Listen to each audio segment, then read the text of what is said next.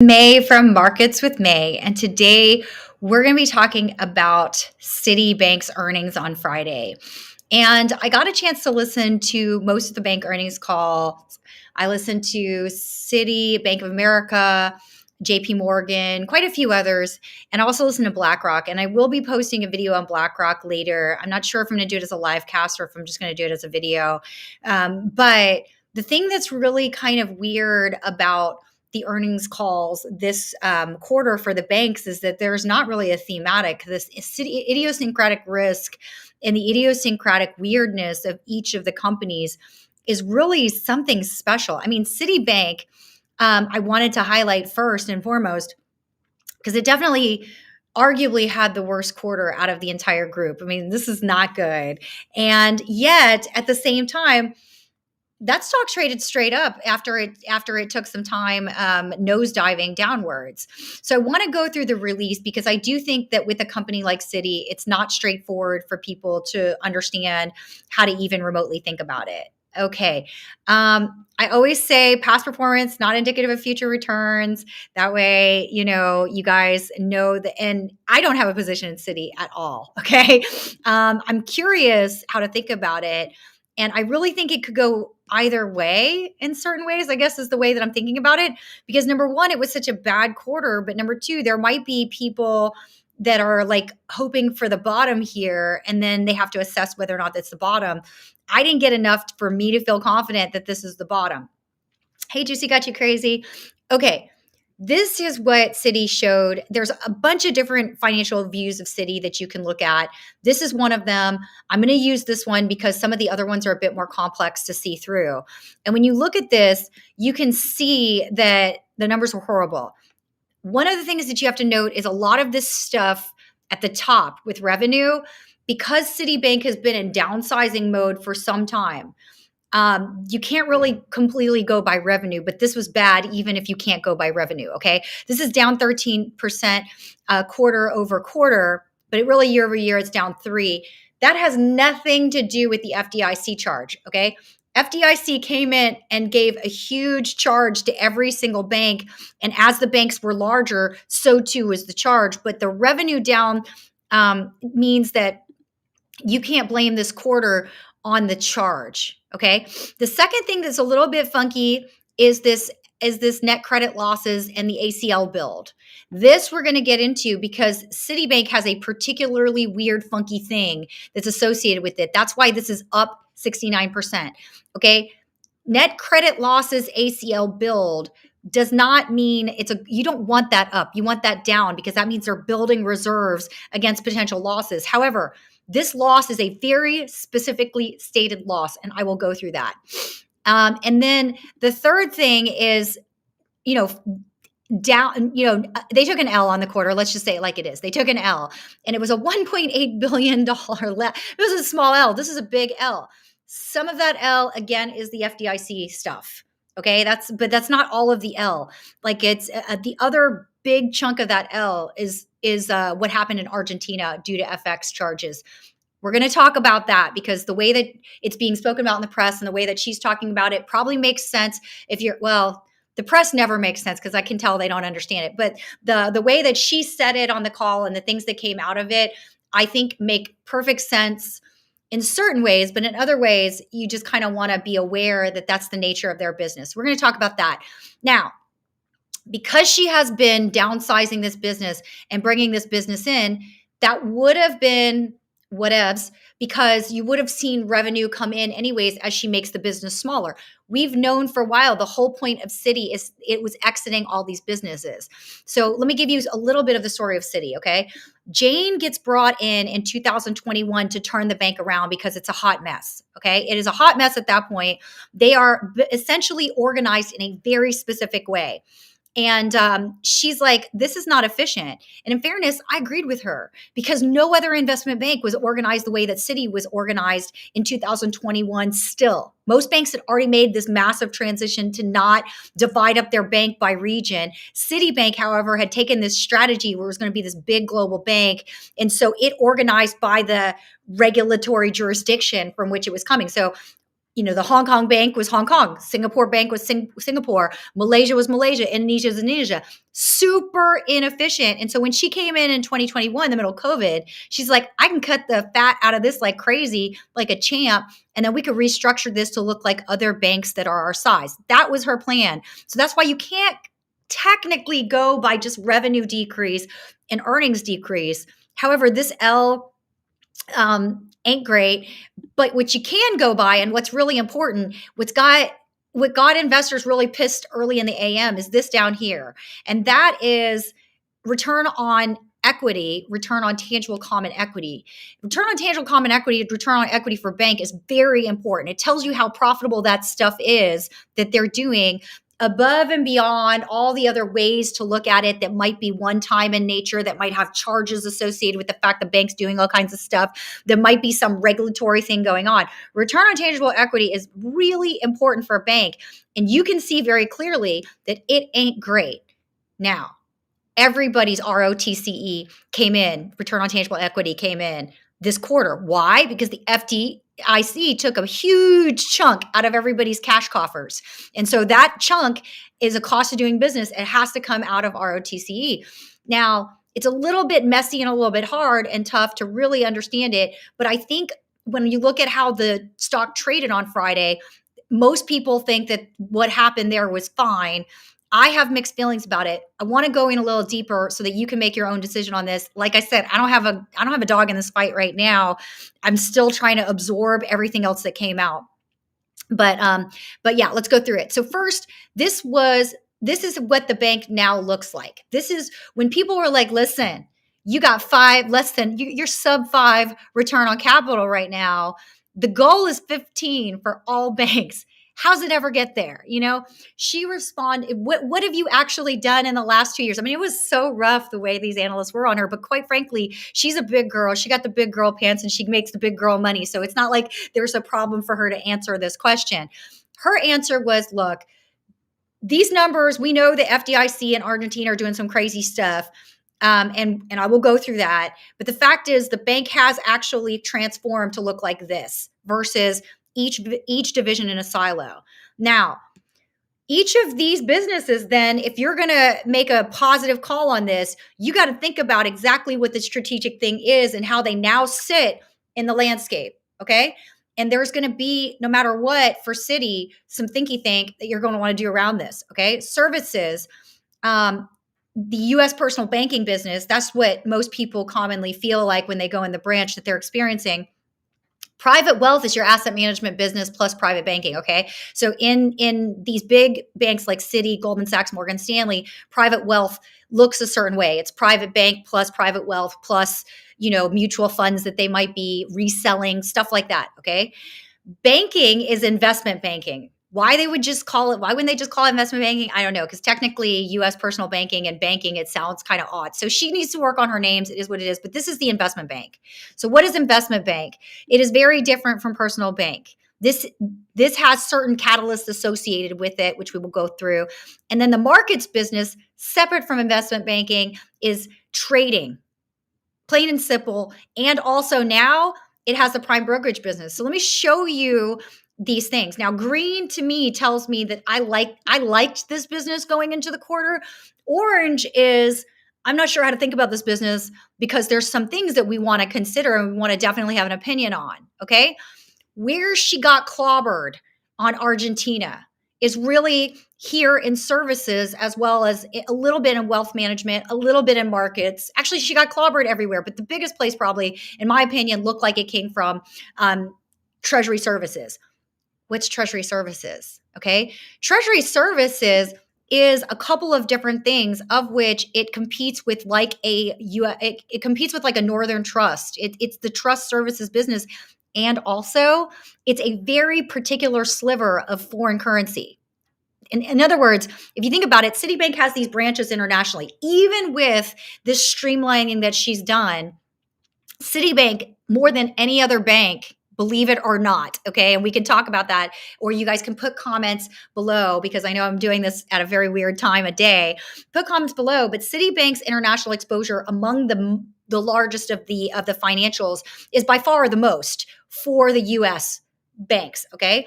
For other, if we're going to Credit Suisse or something like that, totally different story. But for the US, Citibank really has that positioning. And so this like little part, hey guys coming in, I can see the comments. For this piece of business, I kind of like it, except that they got a little bit clobbered by Argentina. This business is about buying US treasuries from overseas and then custodying them and doing all kinds of services associated with that. And they are uniquely positioned, but gosh, was Argentina ugly. We'll go through that in just a second. The other business I like is the wealth management business. The wealth management business, Citigroup competes because they manage to contain and retain those offices overseas. And if you're in some of these countries, you actually don't mind being with a US bank versus whatever funky, crazy business is going on in the other banks, maybe that are more local. And here we're talking about small countries, except Jane has actually pulled everyone out of a lot of those small countries, such that, for example, it's Mexico that does the greater Latin America area and then some exposure to Brazil still. We're going to get back to then, if that's the case, why we got this blow up in Argentina. Don't worry, it's getting there. We're getting there. The things in orange require the investor to make a call. And that's why, for me, I need more time to figure out how I feel about Citi, even recognizing that this thing started to trade up after getting clobbered, okay? The biggest one where I have to like really think about it, but she may end up being right because in fact she is right that this business is very profitable, is the business that my AMC followers can't stand, which is the securities lending business. Now we know that that's the business that was one of the many nails in the coffin for Credit Suisse for Credit Suisse. For some reason, I still want to keep calling it CSFB. It just gives you a sense for how old I am. But Credit Suisse, one of the nails in their coffin was this markets business. Okay, it was 100%. Was this prime brokerage business, stock lending, prime brokerage, stock lending. Okay, it's the two things together. That business absolutely does have a risk element, a hedging element to it. Now, they are saying that some of their securities lending business, rightfully so, is the bond business. Okay. That 100% is part of what that business does. And depending on how they manage the risk of that, cool, it's definitely profitable. Okay, super profitable. Even for the asset managers, this whole thing of stock securities lending plus prime brokerage isn't their business, but securities, that's a profitable business. Okay. But is it risky? Yeah, it is. So, hopefully we'll just have to monitor how that goes over time. But that's the thing. It could be a really good thing because with great risk comes great reward. And quite frankly, that business looks very different today than it did when Archegos blew itself out of the water. So there's that. Okay. The second piece of this is the banking business. This is dependent. This is investment banking, which she's calling banking. I wish she wouldn't, but that's what the Brown banking business is. It's investment banking. And they're saying that it's really the DCM business, debt capital markets business. That is very rate sensitive, my friends. Okay. Also, it's a bet. It's a call. And on that call, you're going to have to figure out if you think that the refis are going to happen or not. Now, one of the things that they have that's beautiful about that business is their banking business their debt business isn't in just one country. They really do have some better exposures if you've got to take out debt in countries. If you're an American company, you have to take out debt in other countries. But you want to do a piece of it that comes back to the US. We won't go into gross detail about that, but that actually isn't a bad call, but it is a bet on rates, and it is a bet not just on US rates, but global rates, okay? So that's a funky part of a thing. And then the last one, USPB, is that's the branded cards business. Okay. That's just credit cards. I got no problem with that, but it is economically sensitive. You are going to have to think about, what's the consumer going to do? Branded cards and retail loans. Like, are we cool with how consumers, not just domestically, but internationally, are going to be able to pay back debt? That's what that business is. So I will show you how it looks. Now, briefly through some of these other pieces of what's going on, starting with the service metrics, this ACL build, which is the credit losses build, 652 is this gigantic build, okay? And they say it's not, not comparable. NM usually stands for. And why is that? Why is that? Is because almost all of it comes from this Argentine peso thing. Okay. What happened? We're going to go through that and just what happened with Argentina.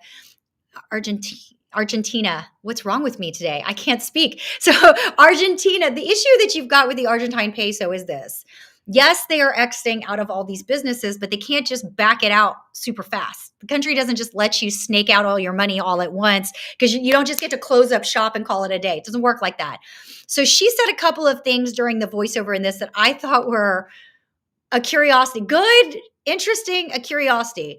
But this is what she basically said. Looking at Argentina over the cycle, they had less than $5 million of credit losses over a 10-year period. Okay. So she tried to focus on the positive, but here's your problem. The issue centers on the ability to convert and transfer capital as per US banking laws. In other words, she couldn't move the money out of Argentina. Okay, that's the whole point. That's part of what you have to take into consideration with the downsizing of this business, and it will take time. All right, it will take time because things have to be unwound. Some of it is, I've got Richard Stewart posting in there. There's some credit derivatives that do belong in this part of the business as well that have to be unwound. That's a real thing. Okay, now the other thing that I thought was just a very strange voiceover. It's possible I'm taking it out of context, but I really am not. I would say it's 50-50 whether I'm taking it out of context. Okay, so I will go ahead and admit that. But she said something. I didn't put it in here. It was this statement that she made, and it was approximately the same time in the voiceover. She was talking about the fact that she was talking about how FX, they finally have it under control. There was some residual stuff from 2015. It's not really that relevant now, but they got their wings clipped a little bit 2015 for some sketchy stuff that a couple of traders were doing on the FX business. That's old news, okay? We're like over it. But then she said this, like 10 years later, right? Then she says this, we are committed to fulfilling the expectations of our regulators given the unique role we play in the global financial system. And when I heard that, I couldn't tell, and you guys put it in the comments if you disagree with me, I couldn't tell if she was saying the unique position we play because she's just using the word unique because she's Citibank and she wants to talk about her bank in this positive way, or if she's just rubbing it in everyone's face that there is no way you let Citi go under because Citi actually has some very specific connection in the banking system such that you can't let them go. You actually can't let them go under. It's not even about too big to fail. It's actually specifically the role they play as relates to some of the overnight markets and some of the treasury markets. So I couldn't tell which one she was doing, but truth be known, it doesn't matter one way or the other. She's right. Okay. You can't let Citibank fail. So then I'm kind of like, all right, given that, how's this play out? I mean, do I really want to ding them in any kind of meaningful way? Because, as bad as the financials were this quarter, they weren't so bad that they deserve a run on bank. So that's part of why I'm sitting here like this was a rough quarter, but this was like, I don't know which direction to go on this. Okay. So that's Treasury Services altogether connected. Got it? Second piece is the market results. Okay. And the markets business is fixed income, equity. And then for them, rates and currencies are very important because of the nature of their business. Okay. They are definitely more fixed income than equities. You've got Goldman Sachs and Morgan Stanley, they're far more equities than fixed income. Citi is definitely more fixed income, but because of the nature of just look at where their offices are internationally, rates and FX are significantly more important to them. And that's, a lot of people focus on, BK and Northern Trust and companies like that, and they're important too, but they're not international. Okay, Bank of New York doesn't have offices everywhere, all over the world. But also Citibank. Anyways, you got me. Okay, so that is this slide right here. This was not great as well. You can see the nasty FX impact they took, and they tell you what that's from. Revenue down 19%, partially offset by equities, which was up. Okay, expenses were up. You've got Russia and Argentina. Here, this is the big cost. The credit cost was Russia and Argentina. Again, you can't pull out of these countries the way that you wish to. So there's that. Give it to her, don't give it to her.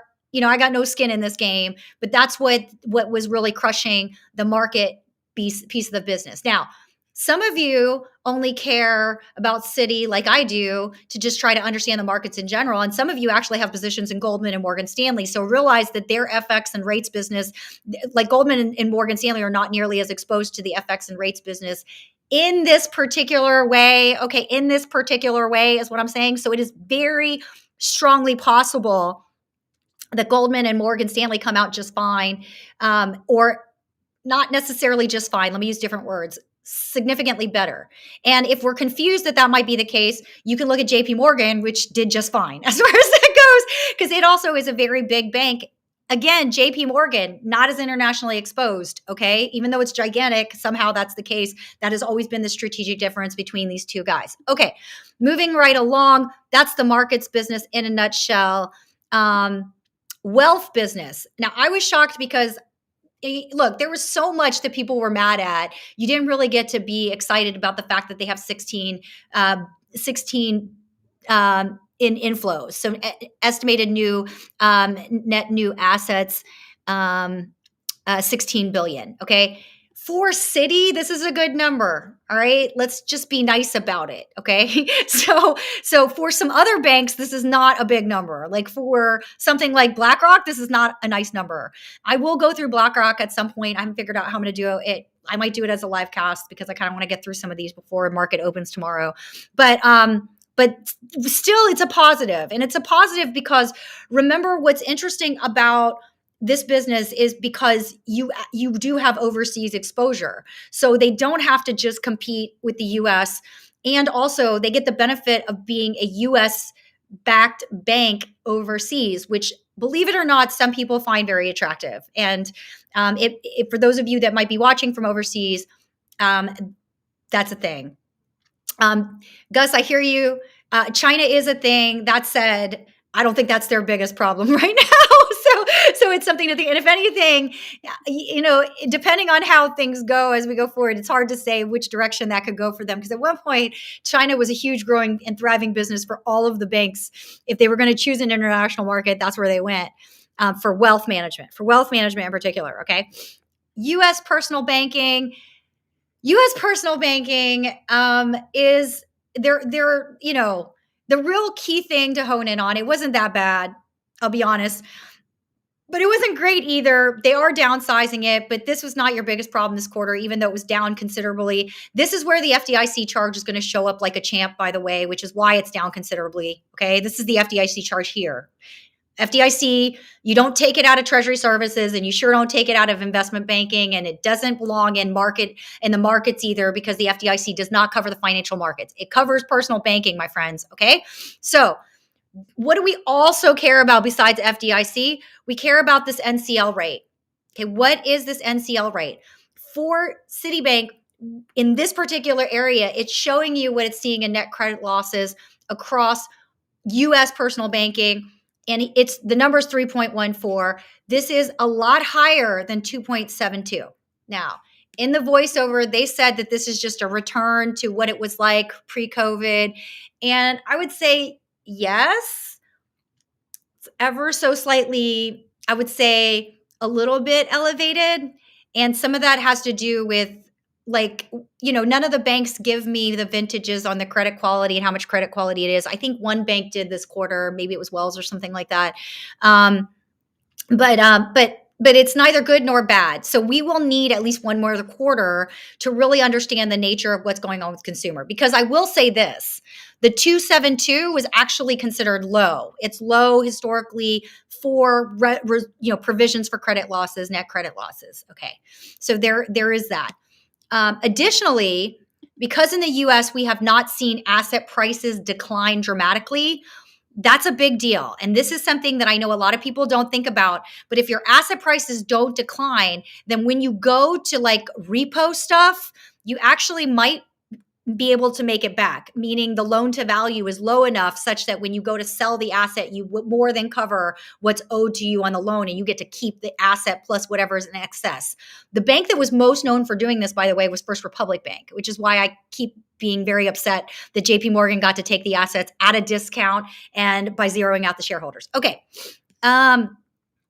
Richard, I hear you on feeling that way. I am going to just go ahead and bring this question up really quick because I was looking for this and actually I'm not totally seeing it is really the answer to it. And that's because when you look at the inflows are still up 16 billion for the wealth management business. And also, I hear you, but it doesn't matter because it's not showing up in the numbers, and I know that they cannot lie. So it's not so whether or not the reverse repos, whatever, all that stuff is one very specific sliver, but it is not the whole story. And I noticed that people focus in on the reverse repos without the whole story, and it's a problem because it really shows a very awkward picture that is not actually indicative of every single bank. So this is going to just really talk about what I'm seeing the bank reporting. Okay. So the bank right now is reporting like the deposits. You can also look at the 90-day delinquencies. 1.07 is low. Okay. So as much as I'm telling you the 3.14 is a little bit like we are now back to previous times, 1.07 on the 90-day delinquency is not high. Okay. So that is actually a thing as well. Now, deposits down 5%, which I think is what you're referring to, would be a problem if you didn't see the offset in the asset management business, which, by the way, also it's a very fee generating business. So it's not so on net. It's a tough call to think that there's something hugely problematic with Citi. Okay, that's really the issue. Let's see other things. Oh, now this was an interesting thing. I'll come back to that in a second. This was an interesting thing that was discussed. It does play, the return on tangible common equity in the banking business in particular is where the weakness comes from. Some of that you can see is just from FDIC. That's what she tried to sell. Thus far, they were at 8.3%. Even at 8.3%, they are ticking off their investors. They are really aggravating their investors because really the idea was to get to 15%. Now, I've seen all kinds of stuff under the sun, not the least of which is this new theme that's coming out as relates to the idea that declining rates makes a bank less profitable. And there's really only, when you listen to earnings calls, you can hear who is saying it, meaning whoever's asking the question is the group of folks that is either double checking it or is actually flat out saying it and using the call as a way to talk about it. Or alternatively, which bank wholesale has made people concerned about it. If I had to, the former, I didn't actually write down names, and I'm not going to do that because it's just not necessary. The latter, I can say the only bank that described declining interest rates as unambiguously potentially negatively impacting them is Wells Fargo. That I'm not, I have to figure out if I have enough bandwidth to go through every single one of these banks, but they are the only ones that were, everybody else was like, well, it kind of just depends what the speed is, how fast it goes.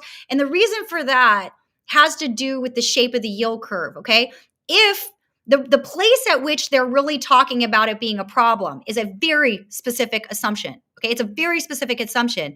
And the assumption is that if you are paying for deposits with a higher interest rate, then as interest rates decline, or if it meaning you, the bank on your balance sheet, have your deposits and your cash at another bank that's paying you essentially a market rate of 5% for your cash, then you will get less of that market rate for cash. So Wells Fargo apparently has some of this. Bank of New York has some of this, but they were like, it depends on exactly how much. If it's if they reduce it 3 times by 25 base, not a big deal. If they do 6 rate reductions, then possibly it's a problem. But that's where it's coming from. On the other side of it, all the other banks, including Citi, but also JP Morgan and others have basically been very clear that this is also a true dynamic that needs to be considered. Are banks trying to make more off of the loans they give? And the answer is yes. Okay, let's be really clear because this is the one thing on personal banking that's kind of exciting. If you look at the revenues, they're up 14%. And if you look at so in other words, they are 100% growing the book of loans and they are charging more for those loans. So that's the unknown that offsets this thought that lowering rates improves. Because if no one's making loans, then the rate decline actually increases the spread that you make on these trades. And it's an unknown bank by bank which one is more important to that bank. Okay. In the case of Citi, you can clearly see that they're making loans, and these loans, provided they don't have a run on bank or go bankrupt, will be profitable right now. And we know it'll be profitable right now because this dynamic is happening, meaning that all the banks, because they are afraid of their current circumstances, are forcing a larger spread. In other words, in order for them to give you a loan, they are going to charge you a higher rate so they make more money off of it, because their money means more to them to be in-house versus externalized. Okay. Hopefully that made sense. Last couple things. This is annoying, but this is actually a real thing. And this is the legacy franchises. This is basically businesses that are being wound down. It's about $2 billion worth of revenue, first and foremost. So it's not a small part of revenue. And it is actually fairly, it has a decent return on common equity relative to what we saw this quarter. Okay. So these businesses all have to get sold. I did see an article that discussed the Southeast Asian banks being sold as Friday ended. So that's definitely happening, and we shall see. So that's it for Citi. Let me see if there's any questions. Okay. Whoops. Losing 20,000 jobs at average. How many are holding Citi loans, banking Citi loss of their own customers? This actually is not as big a deal as the market. I know. Okay. Number one, for anyone that lost their job during the holidays, does it suck? Yeah, it does. I'm really sorry that this is happening to you. So let me just be really crystal clear. Was this fairly, was the sheer raw size of the number telegraphed? Not so much. But was it telegraphed that you would still be cutting jobs like crazy? 100%. And that had to do with the strategy, which was to reduce headcount reduce the number of locations physically across the world, consolidate in these regions. So instead of having a bank in every country in Latin America, Mexico would be the regional hub, and so on and so forth. So it's actually not that big of a deal in my mind. It's actually the right call in my mind. It's a terrible human thing for the 20,000 people that have lost their jobs, but they're not all in the United States, is the first thing to realize. And also this represents about 10%. There's about 200,000 people that work for Citibank. So to give you some context, it is a big firing, it is a big culling, but it is partially, you'd need to see that number US versus other countries to really understand it. It's not the case. I don't know if that was a posted number on the average annual salary, since some of those overseas, I'm not sure is the answer to whether 50,000 is correct. How many were holding Citi loans, banking with Citi loss of their own customers? I don't understand fully the second part of your question, Ice Cream. How many are holding Citi loans? You don't necessarily change your lender just because you lost your job. Additionally, and this is kind of important, if you lost your job and don't have a new job, you probably can't refinance that debt anyways. Additionally, you probably wouldn't, if you own the loan, it's probably less about whether you lost your job that you stay with Citi and more about what rate you can get. With rates where they're at, I don't know that that's a big consideration. So I would just keep that. Let's see, plus 9,000. I don't know what that means, plus 9,000 beforehand. If that's what you're talking about. Yeah, I'm not 100% sure what you mean, Ice Cream. I'm sorry. I do want to actually respond to what you're saying. I wonder how deep they are with China and Evergrande.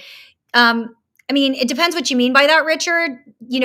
I would doubt that their asset management business has huge exposure to Evergrande, because that's where you'd find it. On the banking side, were they potentially a banking client? Maybe, but this has been 2 years. So any banking advisory business that isn't going to happen is probably a nothing at this point for any of the investment banks. And then I would suspect that most of your China exposure comes from Asia region investors. So if you look at any asset management portfolio in the U.S., China is not necessarily a very large piece of the total asset management exposure. So I can't see it being. There might be one or two China portfolios that get crushed, but that crushing has already happened. So that's how I'm thinking about Evergrande. It's been 2 years in the workout. So at this point, it's just a piece of distressed debt that's probably worked itself mostly through what would matter at this level. It would matter at certain asset management level, but we see no evidence of it in BlackRock, which would be one of the companies that's big enough. And so far, Blackstone is in the S&P 500. I didn't see evidence of it in previous quarters. Maybe they have it, but I don't see it. And then KKR and Apollo, which I occasionally review, also weren't talking about a problem with Evergrande at this point. Let's see. I think that answers all of it. I need Richard, I want to answer your questions, but I need you to be more precise. Securities, derivatives, credit default swaps, that is a big business for them. And like I showed very clearly, in and of itself, they're great businesses. I know that there's a certain feeling that people have around them, but I oftentimes think that it's kind of like, people hate cigarettes. So when you say cigarettes, people have a reaction. And yet, Philip Morris still exists. It's the nature of that business. Whether or not they're running that business correctly is another story. I think they probably are. Credit Suisse was very known to be a little bit of a different animal within the business. So I don't really have too much to say there to help you out one way or the other. I need to know precisely what it is your concern. If it's just the net numbers I've been seeing on swaps and derivatives, realize that the fixed income business is significantly larger than I think people have a concept for. And the dynamics of that business, like they net out. So if somebody's long a contract, somebody else is short a contract. And you take risk accordingly. So just the gross number doesn't mean anything. You could absolutely be completely netted out. The gross exposure does nothing. The only time that the gross exposure becomes a big problem is in a Lehman situation where one of the counterparties is completely knocked out. Right now, everybody is watching the biggest banks for a reason, and there's not heightened credit counterparty risk such that you're not worried that one of the big players is coming out this quarter. So as a result, the gross size wouldn't mean very much at all. There will be other environments where the gross size matters a lot. This just isn't one of them. Okay. Hopefully that resolves it. Let me see if you've posted clarifications. The point I'm trying to make is, let's see, ice cream, is that if people work for Citi, who would you bank with? Losing the income from those people is accountable. I hear you, ice cream, but I don't think that's true. And the reason I don't think that's true is true from a loans perspective. You're definitely not going to change your lender in a rate environment like this where you think rates are declining. It just wouldn't make any sense. If you're chilling out with a Citi loan at 2 or 3% on your mortgage, there is no way you're refining it in a blaze of anger towards Citi. It would just be the most ridiculous thing to go ahead and pay a 7% rate on your mortgage just because you're mad at Citibank and because you lost your job. It's just not going to happen. As relates to whether or not you'll continue to bank with Citi, that's anyone's guess. The one thing you do want to consider before believing that everybody will just pull their deposits is, for example, if you've been banking with Citi for 30 years, such that they are the primary thing that holds your credit rating high, you're not pulling your money. So, I mean, could it be? Couldn't it be? I don't have strong feelings about it. If I had to be pushed on it, I would say it's a small issue. I mean, what you really want to understand is that Citibank, like all the big banks, their biggest business partner, the biggest part of that deposits, well over 50%, is business banking. Okay. Business banking forms the stalwart of every big bank, period, with the exception of SoFi, which I would say is not necessarily big, but is a real thing. That is what you worry about. The correlation of those deposits is what you worry about. 20,000 employees, as much as it sucks, is not, unfortunately, probably going to do it for Citi. Surely some people will pull their assets. Maybe they're younger employees. Maybe they're like in a country where they were only banking with Citi because they were an employee, and so they'd rather go with the local branch. That's cool. That is what it is. Okay, let's see. It's not that it's the ability to have income to repay the loan. Yeah, I don't know what you mean. If you're worried that their job loss is going to make them default on the loan, again, it's the size of the number is just not enough. I know 20,000 sounds like a huge number, and for a small regional, it would be, but Citi's actually that big, strangely enough. So maybe, I don't know. A lot of these guys will probably just get jobs at other places when it's all said and done.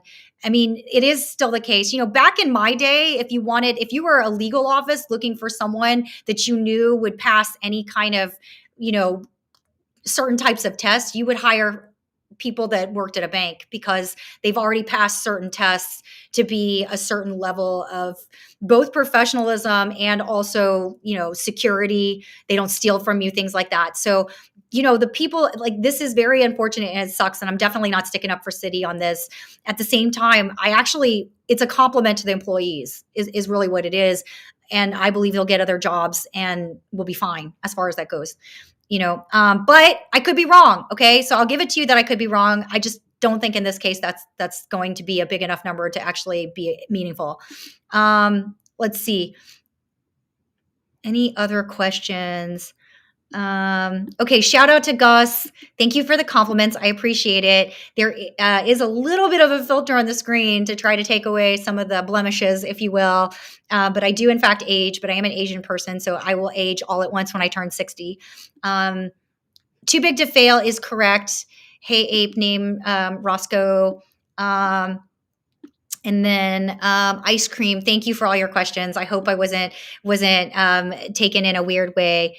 Richard Stewart, I'm not. Oh, okay. So a lot is made as relates to comparing the money supply in different periods. I would really caution folks that go. It's something to consider, and it is important to look at the money supply. But I think what a lot of people forget is the multiplier effect. And the multiplier effect and the various financial innovations that have supported the multiplier effect's increase are usually ignored wholesale by any economist. And I think that is academically dishonest personally, because if it was not, so just to give you a good example of how long this has been ignored by most economists, there was a Basel meeting in the 1960s before Nixon and the full on of the US going to the gold standard. And they all thought that we were going to completely get crushed and crippled because of what was going on in debt. And they were all wrong. Every single one of them was wrong. And the reason they were wrong is actually because they did not understand how big an innovation was the securitization product, which was not really which really didn't happen until the 70s. Okay, the securitization product increased the multiplier so dramatically by unlocking capital and the velocity of capital. And for whatever reason, economics as a discipline has refused to revise their concepts on multiplier effect or money supply since like any time period. I don't really know another way to say it. None of them have a concept of multiplier outside of M2, even though 100% the multiplier exists outside of M2 and absolutely increases money supply above and beyond. So it's really hard for me when people make an M2 argument. And I get it, because actually, if you go to any textbook right now, it all ends at M2. If you ask any economist, not a damn one can say a thing, sorry with my language, but not one can really talk past M2. And yet almost all of the liquidity issues are way beyond M2, right? We look at like the blowups in the 70s, those happened in the securitization market, not M2, okay? It ultimately trickled down to impact those areas, but the issue was not in M2.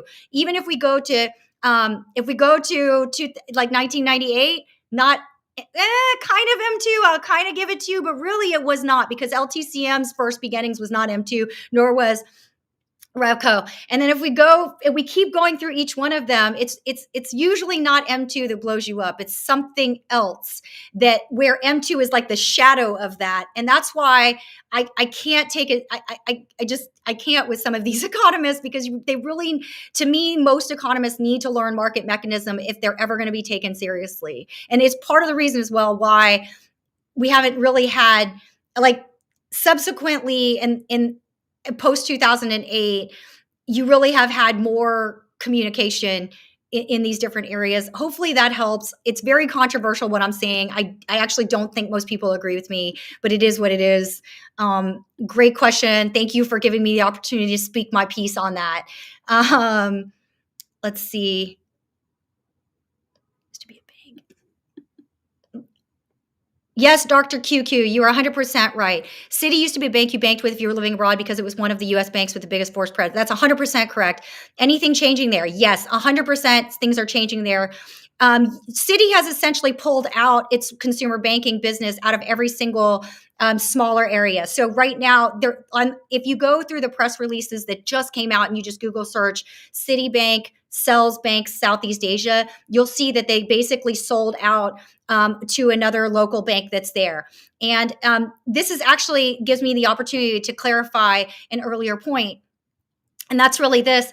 You can't exit out of a bank very easily. You just can't, because when you put the bank there, you made certain commitments to the government to get the banking license and all that stuff. That's part of what this Argentina issue is. It's then you've got a slightly different issue that's going on with Russia. And certainly you've got some of that issue with the commercial banking piece of what's going on in China. You've got, in fairness to the Evergrande question, there's other things to think about, but I don't think they're as big as you won't know until you know, and all of it is fully worked out. But that the asset management business, I'd be surprised if they had massive asset management exposure or banking or banking investment banking exposure to Evergrande at this point. Okay, but they are definitely pulling out. What they've specifically done, Dr. QQ, is that they've regionalized it. So instead of Hong Kong, China, the office is in Singapore. Since this is not obvious to people that haven't had a chance to travel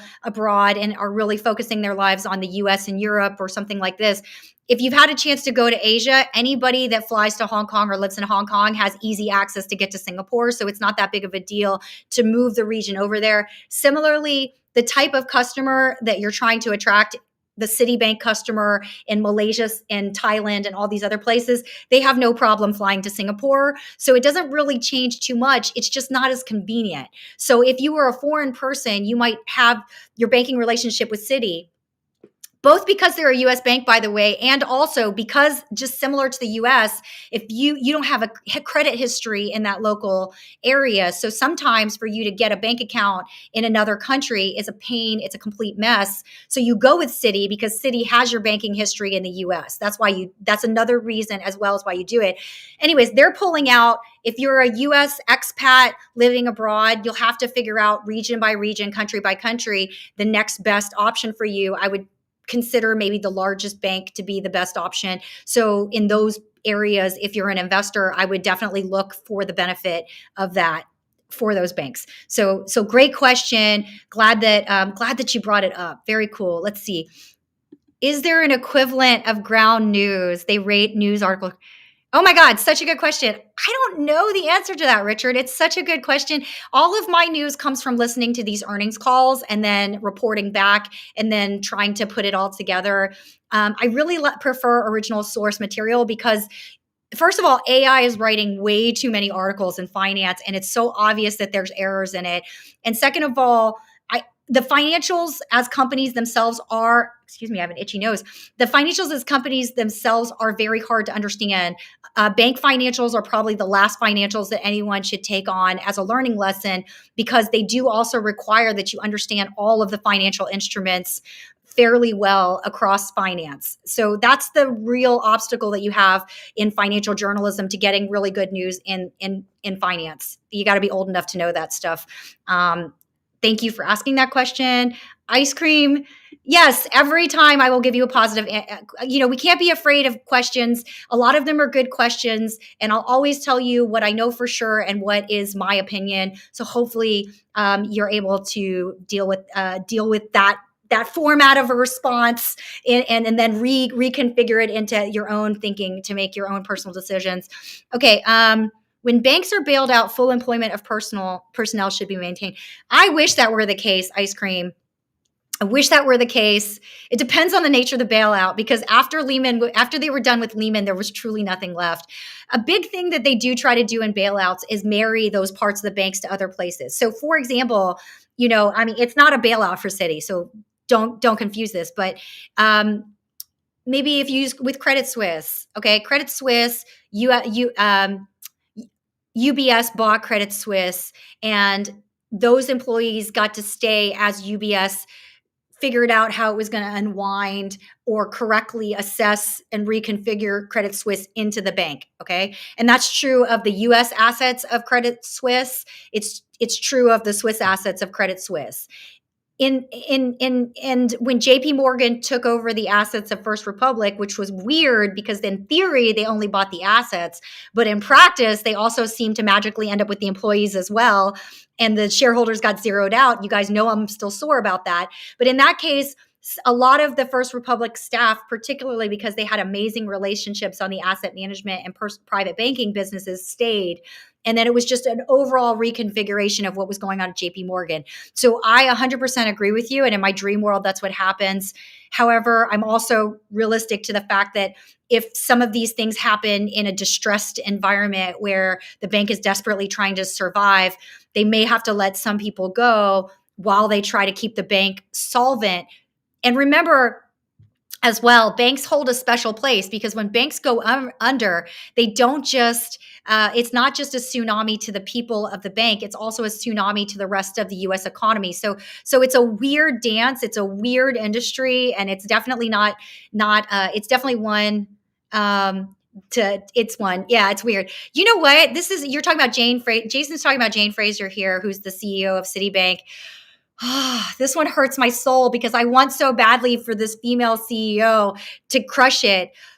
I have mixed feelings about her at this point. When she first came in, I was really thrilled, and over every quarter, so it's not just this quarter that's doing it for me, I have become a little bit more concerned.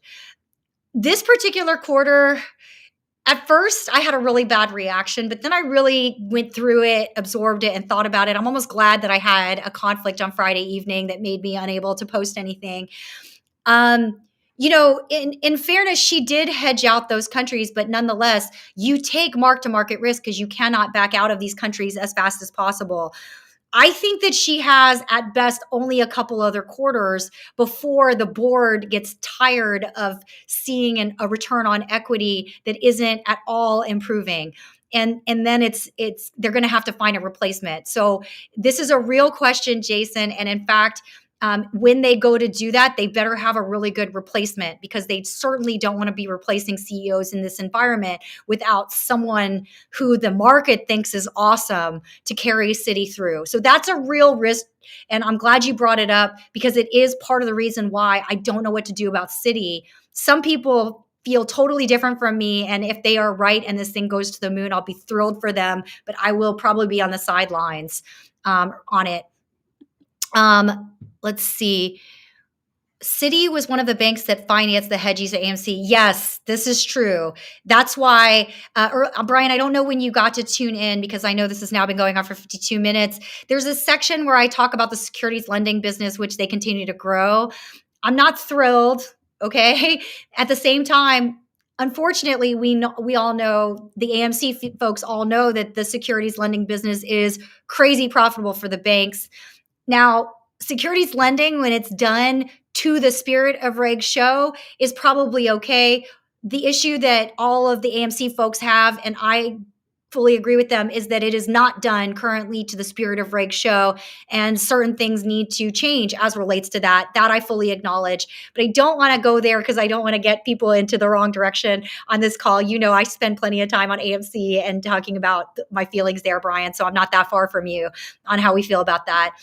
Dr. QQ, is there anything different for Citi in the approach with CBDC? No, is really the answer to that question. If anything, CBDC actually makes Citi in a very good spot as far as positioning goes because they have those offices internationally. And CBDC, aside from a lot of the news flow in crypto is very negative about CBDC. And I suspect that the reason that's the case is because the one group that is most hurt by it is the stablecoin folks. However, nearly every other part of crypto, it could be argued, is somewhat helped by it. And the reason that is because CBDC allows for 24/7 access to the treasuries, which is a real problem. If you're confused that that's a problem, have a look at my videos on Terra Luna and what happened there. I think you know what? It's probably buried in there. But the point is that because banks close at a certain time and you have to do a certain set of things, CBDC gives you a solution to that, such that you don't have the timing mismatch in trying to stabilize a currency. by definition, CBDC doesn't have that risk, whereas everybody else does. Okay. So that's how I would argue it. Citi benefits from that because even without crypto, Citi also has less risk because it has a FX business that's pretty sizable. Okay. Anyone with an FX business benefits from CBDC, whether it's an old school FX business or whether you're doing crypto. That's just the truth right there. I know there's going to be haters of that, but that is it. You're being silly, ice cream. I acknowledge that. Very funny. Okay. I think that's all the questions, and we are much longer than I would have thought. Thank you guys for tuning in. I really appreciate the questions, and I really appreciate the support. And I plan on doing BlackRock sometime later tonight. I'm going to have a little snacky snack and then figure out when I want to do BlackRock because that was actually one of the best reporters on Friday, and there's a ton of great macro in the BlackRock earnings report. Bye, everyone.